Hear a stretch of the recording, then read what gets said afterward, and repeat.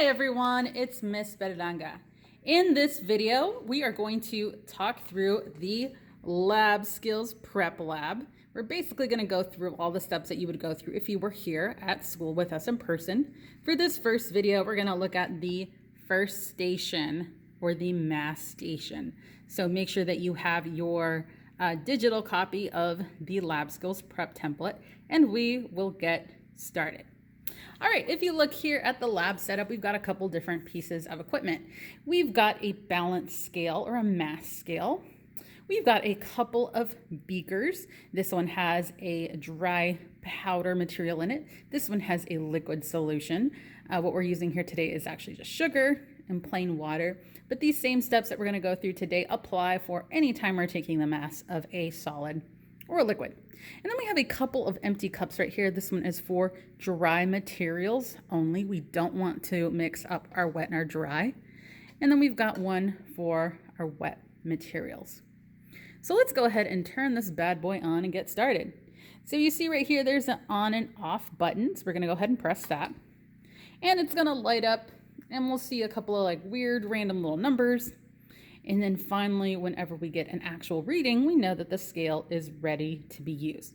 So you'll notice that we have 0.000 grams. We won't always have this. Sometimes it'll read something else, like a negative number.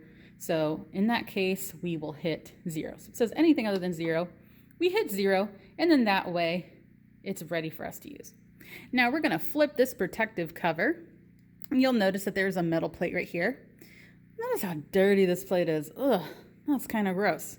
This is one of the reasons why you never put any materials that you're trying to measure the mass of directly on the plate, because it could contaminate any chemicals that you're trying to get a reaction with. So the first thing we're going to do is, according to the instructions, instruction number 2, we've got to set the empty cup or beaker on the scale and 0 it again. So we're going to start with our dry materials cup, set that on the scale.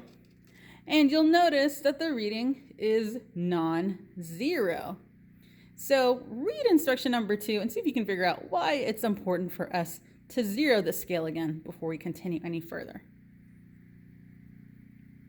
Yep, that's right. The reason we want to 0 this out is because if we are going to measure the mass of this powder, any additional mass that we put on here is not going to be the mass of the powder or our dry material that we put in here, but it's going to be the mass of the cup plus the powder. So super important that we go ahead and 0 this out before we add anything to our cup. All right, then the instructions are to put in 3 spoonfuls of powder. So that is what we'll do now. So we'll take our cup, our beaker with powder, and just try to be as consistent as possible with our 3 spoonfuls. 1, 2,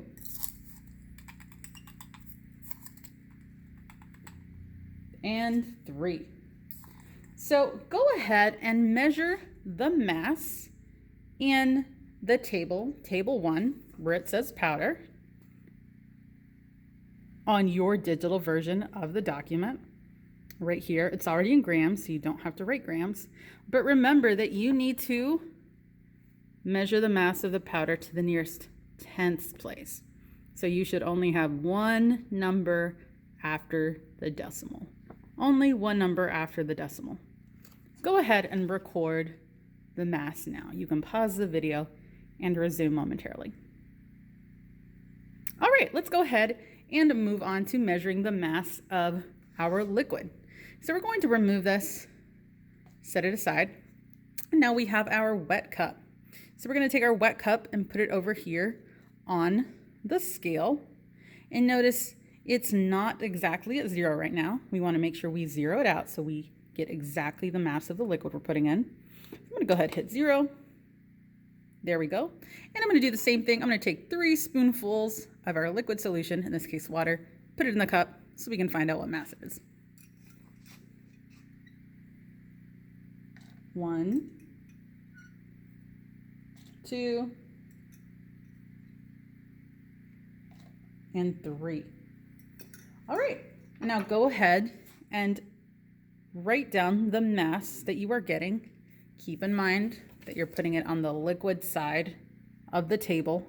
And again, you are measuring to the nearest tens place. So you should only have one digit after the decimal. All right, and that is it for station 1. Make sure that you answer those questions at the bottom of page 1.